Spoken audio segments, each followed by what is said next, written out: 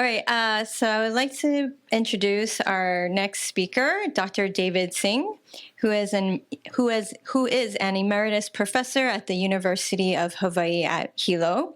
He also serves as a managing partner at Educational Prism, which provides mentoring services to teachers, school leaders, and educational institutions who serve Native Hawaiian students. Dr. Singh is credited with designing and directing numerous educational programs that serve students in grades K through 12, as well as in higher education. These programs, such as Napua Noyau and the Hawaiian Leadership Development Program, raised achievement and aspirations through a pedagogy that integrates Native perspective, history, language, culture, and values. Dr. Singh is the recipient of many awards, including the National Indian Education Association Educator of the Year Award in 2008 and the Lifetime Achievement Award in 2021. Today, Dr. Singh will be presenting his reflections and revelations in Hawaiian education programming. Please welcome Dr. David Singh. I was hoping to come earlier, but my flight was delayed. I live in Hilo. And if you can see, that's what I saw this morning on the mountain. Our mountain is full of snow because of the storm. So with challenges like storms and last 6 months ago, we had all of the volcano eruption going on. So we're kind of blessed with beauty and nature. And I'm curious, I don't know if you folks all get to meet each other? No. Okay. Do I know anybody here? Okay. Where is everybody from? Is everybody from Hawaii? No. Okay. So where are you folks from here? Arizona. Oh. Oh. So what? Dr. Little Crow works at one of the institutions. Arizona State University. Which one? Arizona State University. Oh, okay, okay. And where are the other people from? That's not from Hawaii. Utah. Okay. California. Saipan. Okay. Ohio. Okay. New York. Okay. I've been to all those places. So if I didn't see you then, aloha now. Mahalo for the kukui nut lei. So who's from Hawaii? Okay. Who's Hawaiian? All right. So kukui, I have a kukui nut tree in my yard, and I just made some inomona with it. If you're familiar, kukui is a very important plant indigenously in Hawaii. Not plant, what is it? A nut. It's a nut that grows on a tree. And so back in the old days before electricity, kukui was used as lanterns. So in the middle, there's a lot of oil in it and little grainy substance. So the grainy substance is what we use for food. So I use it with my poke, my raw fish. And so the way I prepare it is after you have to husk the outside part of the nut, and then you have to dry the nut that's on the inside out for a long period of time, and then you roast it. And then after you roast it, then you have to break the shell and then take out the inside part. And so at home, when I make my poke, I have my limu that's from the ocean in the freezer that I keep. And then I have a bottle of kukui, the inomona that I have. And then I have my pa'akai, the Hawaiian salt. So those are the key ingredients for me to make my poke. So I don't know if I'm going to use this when I go home and run. But let me share a little bit about when you pick up a kukui nut, like after the outer shell comes off, the kukui nut all over the ground has all different. A lot of them is lepo. Lepo means dirty, and a lot of them don't look nice like these. These are nice and shiny. Eh? And every nut is really kind of has its own character, and everyone is different. So a lot of people, they throw away the ones that look dirty, and they think that that dirty kukui nut is not good. But some of the dirty ones are the ones that make the best inomona. And actually, if you shine it, it really gets glossy like this. And it's similar, the reason I say that is similar like students. A lot of times, generally, we judge or we measure students by how they look or how they're compared to other things. But if we take the time and shine it and do things with it appropriately, then they can become shiny stars like the rest of the kukui nuts. And I worked in gifted education, Hawaiian education, and I spent a lot of time in Indian country, actually. I was served on the board of the National Indian Education Association. And the reason I got connected to Native Americans is because when I started doing programming for Native Hawaiians, I didn't have many colleagues. Now, this is back in the early 80s. And so I was developing most of the programs that existed back then were remedial programs. It was what was wrong with us. What was our problem, not what we were good about. And so in the early 80s, I developed a program called a Hawaiian Leadership Program, and it was pretty much the first of its kind that looked at the assets of our Native people. And I didn't have many colleagues in Hawaii that were doing something similar.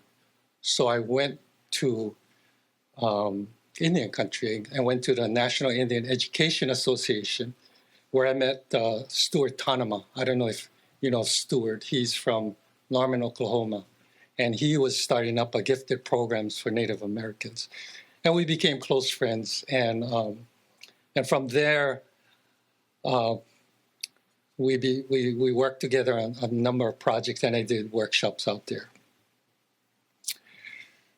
But let me tell you a little bit more about myself. Ala Moana Beach, right across the street here. When I was going to college, I spent a lot of time there. I came out of the service. I was in my schooling years, I did very poorly. I was a CED student, and so when the Vietnam War broke out, I was drafted into the war, and so when I came out, I wanted to see if I could go to college. Nobody in my family had gone to college, and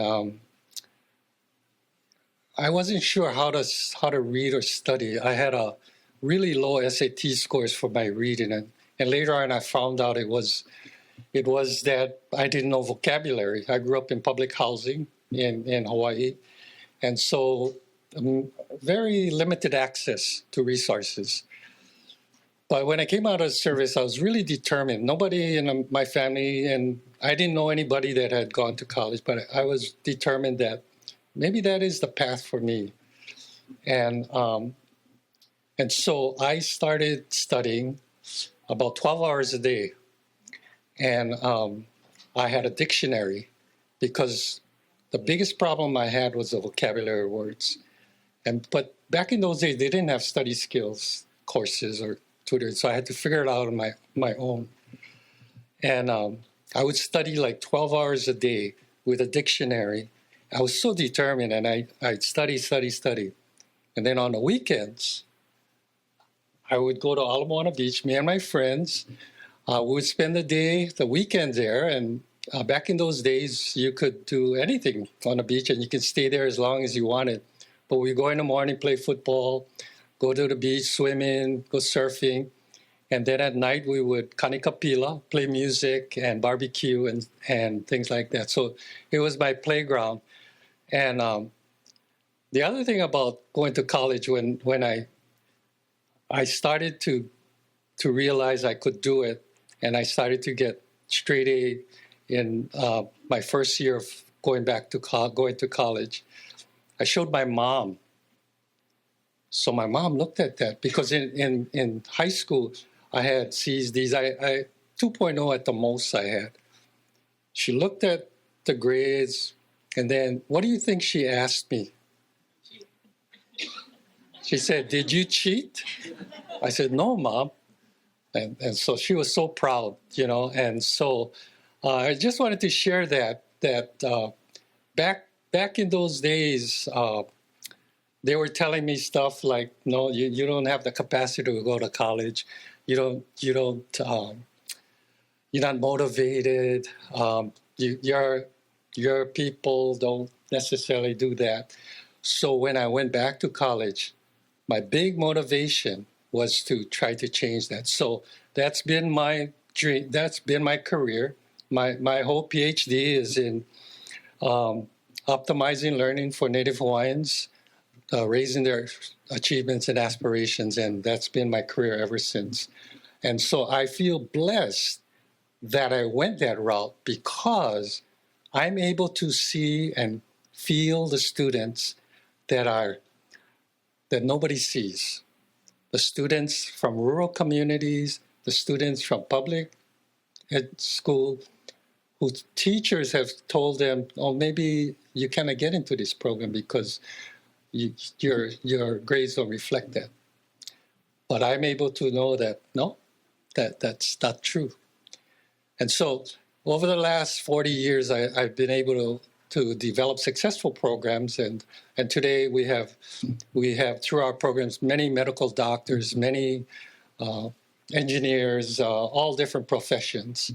So what I want to do, take a little time doing, is kind of reflections and revelations about what are the key things that I would do today that I didn't know before to really make a difference in education.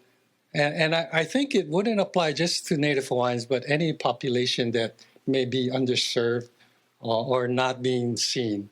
So let me take you to that little journey. So guiding principles. So first thing is every child a promise.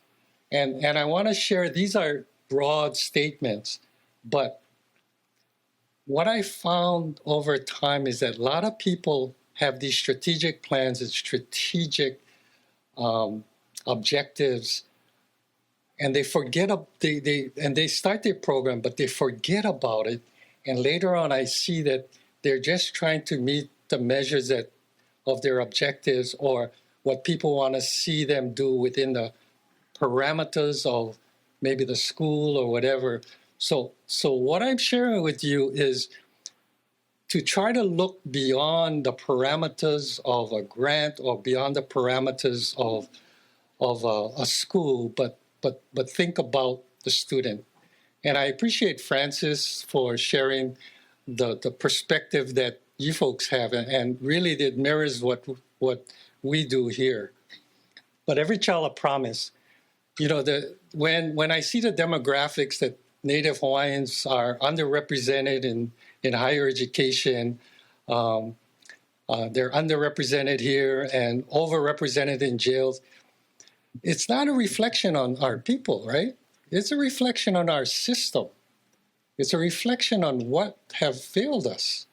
And so we really need to take a look at what are we trying to do? If we got a program that's trying to do gifted and talented education, are we going to do an application that looks for students that are gifted and talented as they are showing in the school setting based on the measures that they show? I wouldn't, because those kids are already going to make it. I would look for the kids that you can make transformational changes on them. I would look for the kids that are sitting there, the David Sings that are there that nobody sees and nobody acknowledges, and start to look for the kinds of ways that we can provide an opportunity for them to express their abilities in different ways than what we normally allow them to do. So we need to change the different ways that people look for students, because basically when we're teaching students to learn something, they may be learning something completely different. You know, when we have certain instructional lessons that we're trying to teach, we're measuring them on how they learn those lessons, but they might be thinking brilliantly in another way. So how do we capture that? So how do we design the kinds of assessments that tell us more about the student?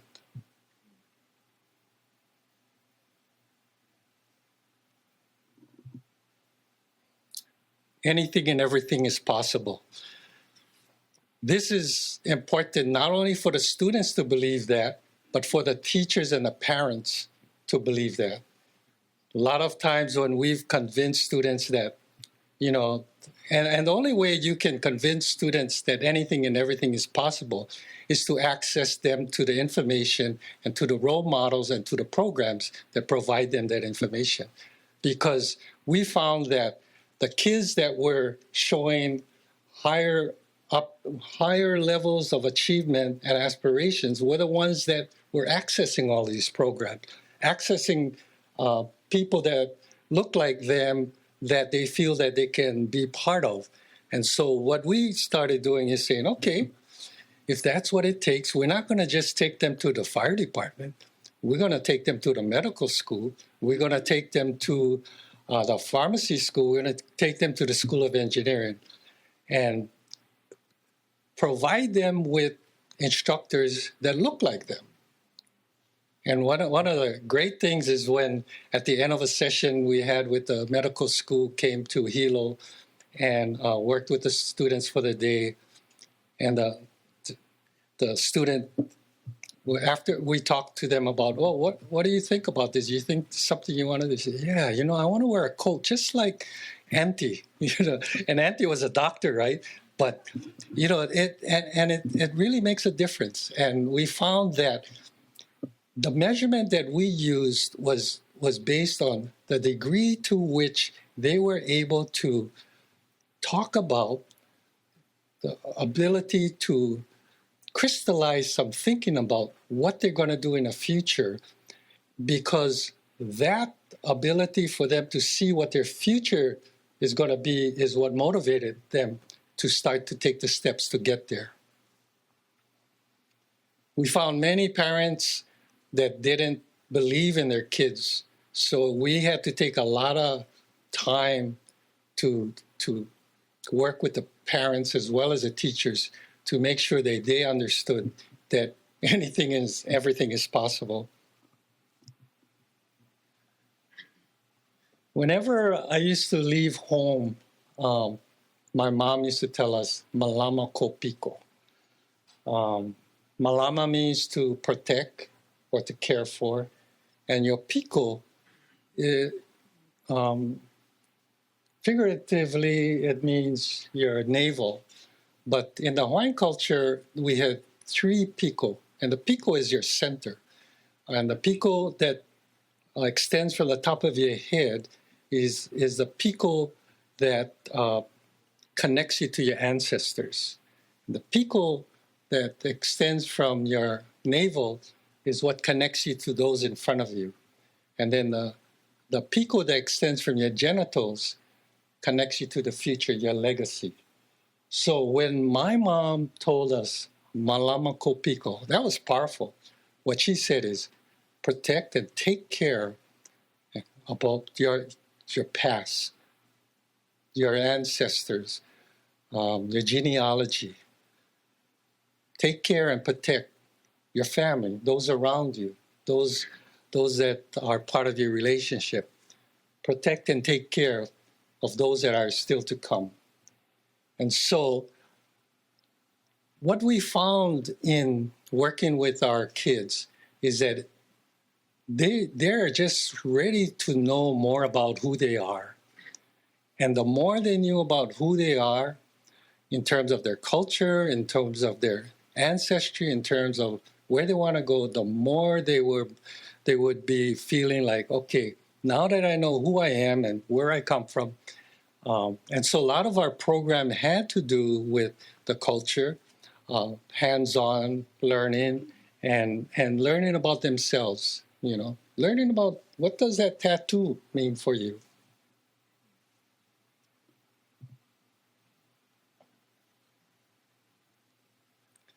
We found that, they have these interest inventories, and it really didn't mean anything to the students until they realized that, they have a kuleana, and their kuleana means what is their responsibility? What is your responsibility to your family? What is the responsibility to your community? And we found that the more that the students understood that, then the more that would manifest into them wanting to create a career or an educational path that would allow them to take responsibility of their family and their community.